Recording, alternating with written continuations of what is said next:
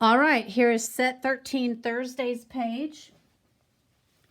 If you want more practice, this is Please Excuse My Dear Aunt Sally type of problem. The skill code is HGW that has this type of problem on it. So if you want to practice more of those, remember in Please Excuse My Dear Aunt Sally, we do parentheses, excuse, we don't have to do exponents because we're not in 6th grade yet. My dear, which means multiply and divide, comes before any Aunt Sally, which is adding and subtracting. We have to work all parentheses first. Then we have to work all multiplying and dividing second.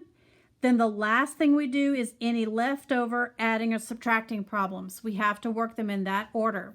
So we have to work all parentheses first, which means we have to work this problem first. Remember, drop your arrow underneath the problem that you're working. Put this in the calculator, 18 minus 4. That gives you 14. Cross it out. Remember that trick? Once we have worked a problem, we cross it out so that we don't get confused, and we carry everything else down. Everything else comes down, and now we have a new math problem. Going to our rules again, do I have any parentheses? Nope, not anymore. Do I have any multiplying or dividing? Yes, I have to work them first. So that means I have to work this one before I can work that one. 14 divided by 2 is 7. Cross it out. We're done with it. We bring down whatever is left, plus 5. Okay. Are we done with parentheses? Yes. Are we done with multiplying and dividing? Yes. Now we work any adding or subtracting that is left over. So you would work this problem, and whatever you get is your final answer. You can finish that one on your own. This one is a doozy right here. You can work this one in multiple ways. So you can either, we've got fractions and we've got decimals. We cannot work fractions and decimals. We've got to get them all the same. So we're either going to turn them all into fractions, or we're going to turn them all into decimals. So I think that the easiest thing to do, fractions are really hard, yes? Fractions are very difficult. So what we're going to do is we're going to get rid of the fractions and we're going to turn them into decimals. This is a skill that you're going to need for 6th grade math, so pay attention. This is 2 wholes and 1/4. So this is your decimal. It goes between the wholes and the parts. So we always put a decimal right there. You need to get rid of this fraction. We divide the top number divided by the bottom number. So we're basically doing 1 divided by 4, okay? And whatever we get on our calculator is what this is going to become. So we do the top number, 1, divided by the bottom number, 4. That's going to give us a decimal. Now, we don't have 0 wholes because we have a 2 with it. So this 0 becomes a 2. So it is 2.25. That is what that number just became. So now I've gotten rid of that one. It is now 2.25. Plus, we've got to do this one now. We're going to divide 3 divided by 8. 3 divided by 8 gives me a decimal.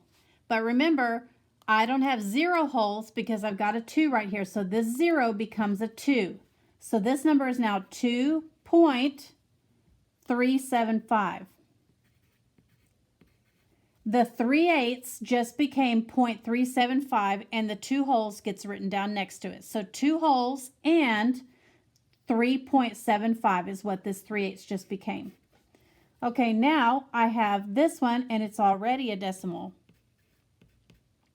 Okay, so now I have all 3 numbers written in decimal form. Now I can use my calculator and do the math. According to Aunt Sally, we're doing parentheses first, which I don't have any. Then we do multiply and divide, which I don't have. I get to do all adding, subtracting. And remember, I work them in order from left to right. So we're going to do this problem first. 2.25 plus 2.375 equals. That gave me 4.625. Now I'm going to do minus 1.75. My final answer is 2.875. Okay? Now, if your answer choices are in decimal form, you can leave it as a decimal. If your answer choices, if this was like a STAR test and your answer choices were in fraction form, you would have to turn this 875, you would have to turn this part back into a fraction. But we're not going to do that today. We're going to leave it right like that. Okay, if you want more practice with adding and subtracting fractions, your skill code is going to be FHD. Okay. Eric makes necklaces and bracelets. Each bracelet needs 18 beads. Each necklace needs 36 beads. How many beads would it take to make 10 necklaces and 10 bracelets? We've got a multi-step problem here because we have to figure out how many beads for the necklaces and then how many beads for the bracelets, and then we're going to put all of our beads together. So let's just start off with our necklaces over here and our bracelets over here. So to make a necklace, I need 36 beads. But I'm not making one necklace, I'm making 10. So that's 36 times 10. That's going to be how many beads it will take to make the necklaces.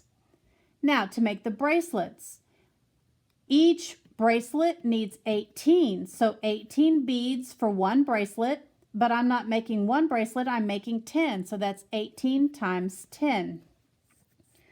All right, so we do the math on this one. Remember, whenever we're multiplying by 0, we can just drop that 0 down. 36 times 1 is 36. So it takes 360 beads to make the necklaces. Drop my 0. 18 times 1 is 18. So it takes 180 beads to make all of the bracelets. Now I just have to put all of my beads together. 360 plus 180. I'm going to let you do the math to figure out what that one is going to be. Okay. This is a multi-step problem. For more practice on multi-step problems, that's IXL skill code Z76. All right. Jetson is a Maltese dog that has a mass of 1.5 kilograms. Okay, so this is how heavy Jetson is. They want to know what is the mass of Jetson in grams.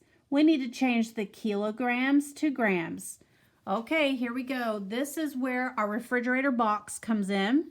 If you remember our refrigerator box, this is how we convert measurements. We have kilograms and grams. Which one is bigger, kilograms or grams? Kilograms is bigger, so kilograms goes in the refrigerator and grams goes in the box. Which one do we start with? We're starting with 1.5 kilograms, so we put the 1.5 here. We're going from big to little. Whenever we go from big to little, we multiply. Big to little, we multiply. So we're multiplying 1.5 kilograms times the number of grams in 1 kilogram. So let me grab my math chart here so that you can see. Oh, I put it up here. We have our chart here, and we're looking up to see how many kilograms are in, or how many grams are in a kilogram. So you can Google this information. I will post a picture of this because you're going to need it for a couple of these math problems. But where are the kilograms and grams? Remember, we have to find the statement that has both of those in them, kilograms and grams. Here it is right here. So it says that there is 1 kilogram is equal to 1,000 grams. So what are we multiplying by? We're multiplying by 1,000. So that's times 1,000. So 1.5 times 1,000 will give you the number of grams, okay? So you're going to finish that one out.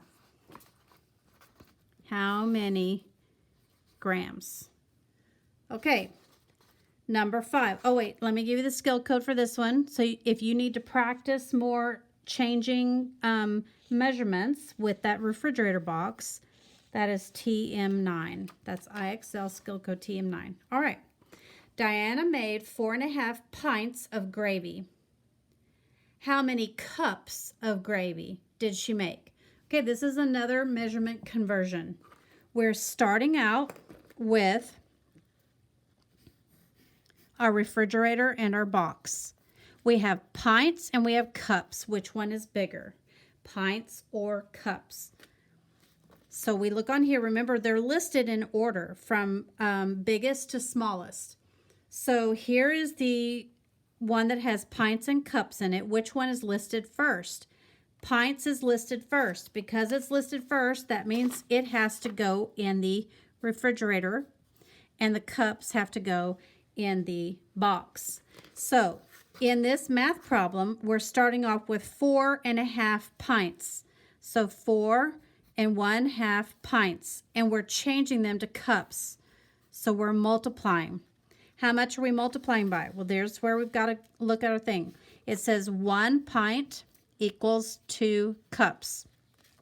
So for every pint, there's 2 cups. So we're multiplying by 2. 4.5 times 2. This is a mixed number. So this one is a mixed operation problem. We've got to convert that mixed number to a fraction, or we can convert it to a decimal and then multiply it out. Okay, so we have 4.4.5. That is 1 divided by 2. If we do 1 divided by 2, that gives us 0.5. So that's 4 wholes instead of 0, 4 wholes and 0.5 for the half. So this becomes 4.5 times 2. 4.5 times 2. You're going to do that, and you're going to figure out how many cups are in 4.5 pints. So you're finishing this out. Okay, in this one, you can do those with a calculator, so I expect you to do those by yourself. If you want to do more practice with these pints and cups measurements, this is IXL skill code E8E. If you want to practice more refrigerator. This one is metric. This one is customary. Okay, so metric practice and customary practice. Use these for your calculator. All right, that's it for this week's math lesson.